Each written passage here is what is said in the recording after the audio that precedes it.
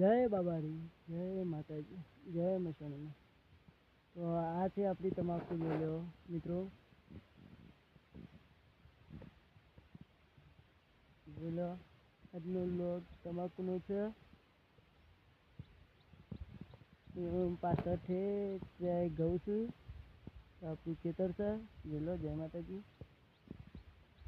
તો આપણે પાણી વાળી છે, જોઈ લો તમાકુમાં। જય માતાજી, જય બાબારી, જય મોહની, જય સજી।